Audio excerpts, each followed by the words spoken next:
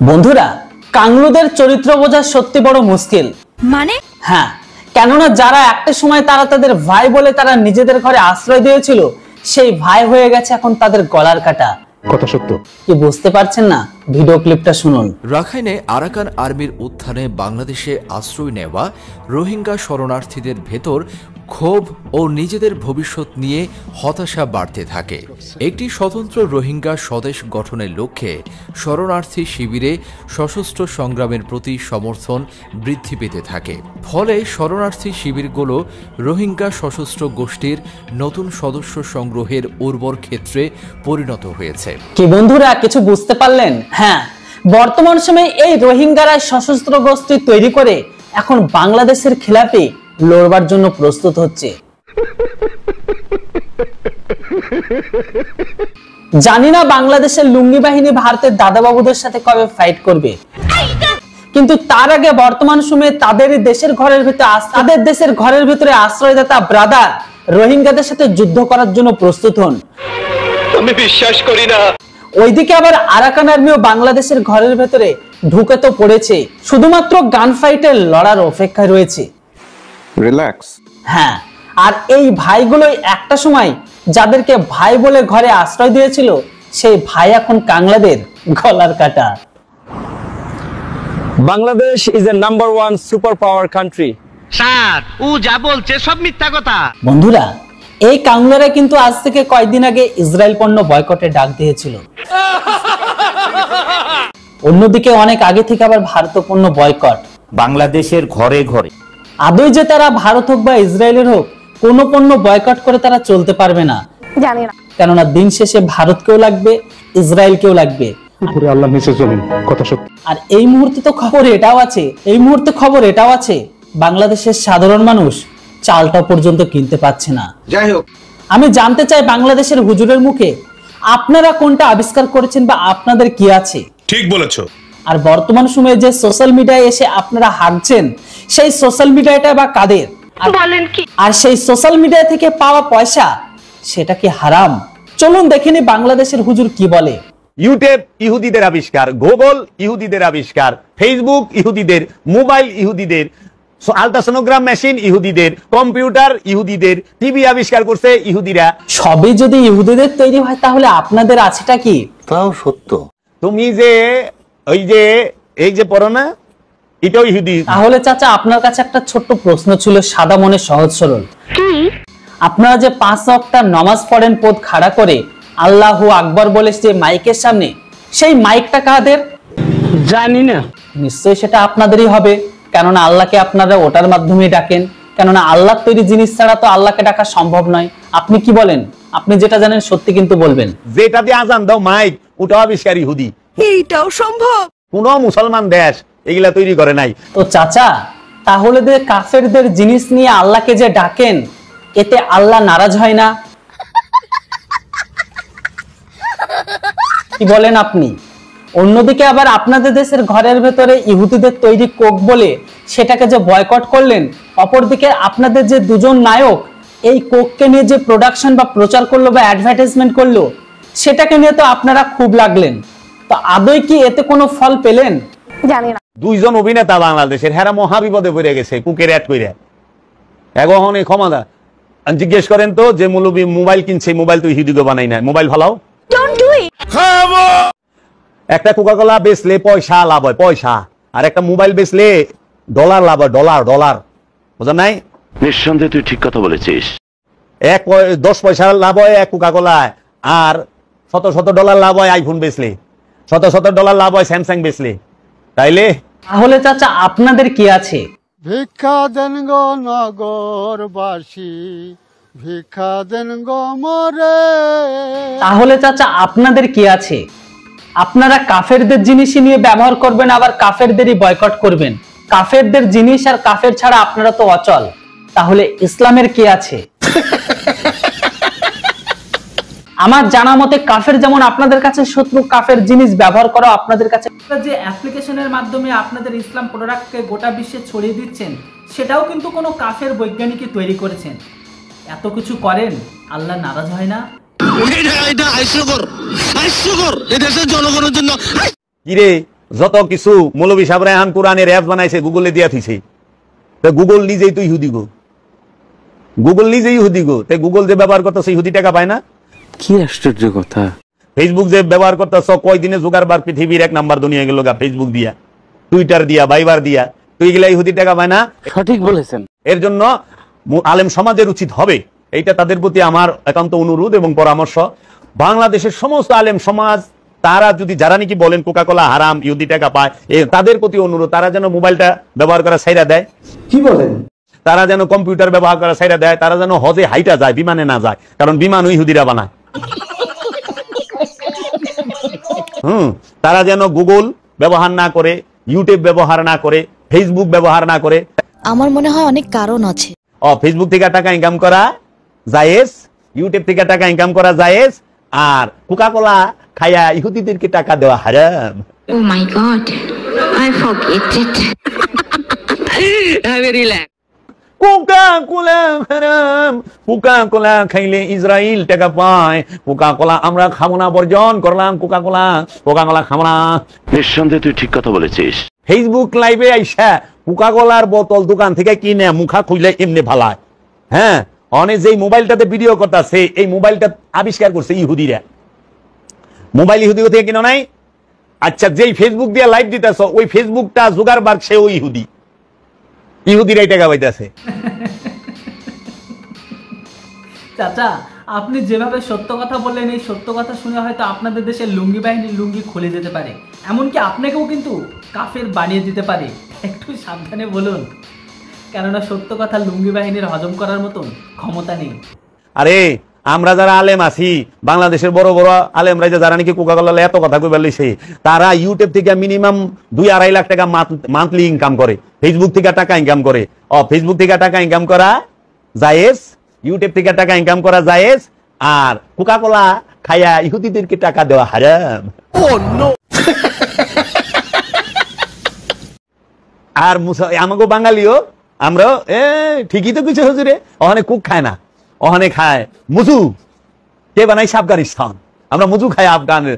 আরে আফগানিস্তানের মানুষ বোমা কিনে, পিস্তল কিনে সব আবার ইহুদির কাছ থেকে, আমেরিকার কাছ থেকে, রাশিয়ার কাছ থেকে। যাবি কই? হ্যাঁ, খেজুর খাইয়া সৌদিরে টাকা দিবি, সৌদি যায় রাশিয়া থেকে পারমাণবিক মিসাইল কিনা লয়ে আহে, কামান কিনা লয়ে আহে, বিলিয়ন বিলিয়ন ডলারের অস্ত্র কিনা লয়ে আহে। তো টাকা তো যায় না ইহুদির ঘরে। কি কইবা? কিচ্ছু করার নাই। তো চাচা, আপনাদের দেশে যে লুঙ্গি বাহিনী আছে, সেই লুঙ্গি বাহিনী তো আপনার উপর ভীষণ রেগে যাবে।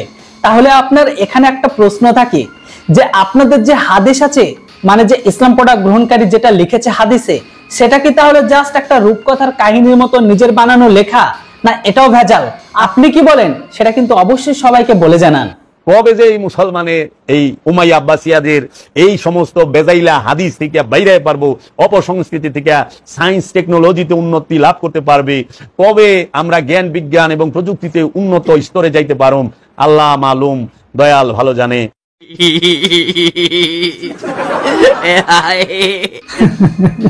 তো বন্ধুরা, এতক্ষণ শুনে হুজুরের কথা আশা করি আপনাদের সামনে এত কিছু ক্লিয়ার যে ভেজাল একটা লেখা প্রোডাক্ট নিয়ে তারা আমাদেরকে বলে কাফের, অথচ যাদের কাছে আমরা কাফের, তাদের নিজেদের পর্যন্ত একটা কোনো কিছু বানানোর মুরদ পর্যন্ত নেই, অথচ এই কাফেরদের জিনিস নিয়ে চলে, এমনকি আল্লাহকে ডাকে এই কাফেরদের জিনিস নিয়ে, অথচ তারা আমাদেরকে কাফের বলে সকলের সামনে জাহির করে। ভাবুন, এইদিকে আবার এই কাফেরদের উপর বাংলাদেশের ঘরের ভেতরে কিভাবে অত্যাচার করছে, সেটা তো আপনাদের থেকে লুকানোর কিছু নেই। আমি আপনাদেরকে ওয়াদা দিলাম, আমি তাকে যত অ্যারেস্ট করেছি বাংলাদেশে আমি এমন মামলা তাকে দিব, এমন মামলা তাকে দিব, নিশ্চিত তার যেন যাবজ্জীবন বা ফাঁসি হয়। আরে হিন্দু কি করে আমাদের ভাই হয়? হিন্দু আমাদের ভাই না, এটা ভুল বলছি, আগে ভুল। ফাঁসি চাই, ডাইরেক্ট ফাঁসি। মুহাম্মদ সাল্লাল্লাহু আলাইহি সাল্লামকে কটূক্তি করবে। আজ থেকে কিছুদিন আগে বাংলাদেশের ঘরের ভেতরে হিন্দু মন্দির ভেঙে দেওয়া, জানেন যে খিলক্ষেতের সেই দুর্গা মন্দিরটি আজকে গুড়িয়ে দিয়েছে প্রশাসন। মন্দির ভাঙার, সেখানে আপনাদের মানে কি এমন বিগড়াই ছিল ওই মূর্তিটা আর ওই মন্দিরটা যে আপনাদের মানে মূর্তি সহ মন্দিরটা ভাঙতে হলো?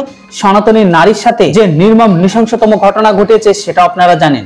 দর্শকের কাছে একটাই অনুরোধ করে যাই, আমি আমার শ্বশুর, আমার স্বামীর যে নির্যাতন, যে লাইলুটা আমার দোকানে হয়েছে, তার আমি সুষ্ঠু বিচার চাই।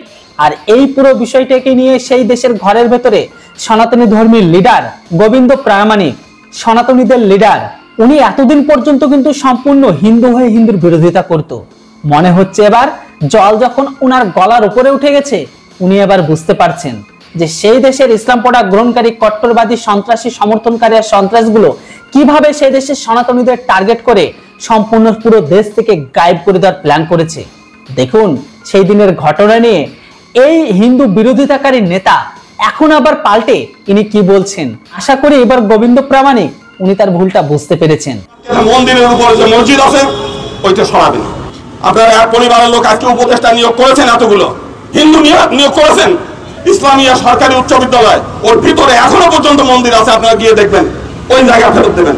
এখানে প্রত্যক্ষভাবে অংশগ্রহণ আমরা দেখি নাই, কিন্তু এইবার দেখলাম সরকার নিজে থেকে, পুলিশ নিজে, আমরা দেখেছি মন্দিরের টিনের বেড়া টেনে টেনে খুলেছে, সেনাবাহিনী ওখানে উপস্থিত থেকেছে, সরকারি কর্মকর্তারা উপস্থিত থেকে বুলডোজার দিয়ে শুধু মন্দির ভেঙেছে, তারা প্রতিমা ঘুরিয়ে দিয়েছে। তারা বলতে চায় এটা অবৈধ স্থাপনা। পাশে মসজিদ রয়েছে, মাদ্রাসা রয়েছে, বিএনপি অফিস রয়েছে, আরো শত শত অবৈধ স্থাপনা এই রেলওয়ে জায়গায় আছে। তাহলে সেই সমস্ত অবৈধ স্থাপনা না সরিয়ে আজকে শুধুমাত্র হিন্দু মন্দির ধ্বংস কেন? তার মানে হচ্ছে এই সরকারের একবার রন্ধ্রে রন্ধ্রে এবং সরকারের উপর মহলে সর্বত্র হচ্ছে মৌলবাদীর আখড়া এবং বিষ বাষ্প হয়ে পড়ে আছে এখানে।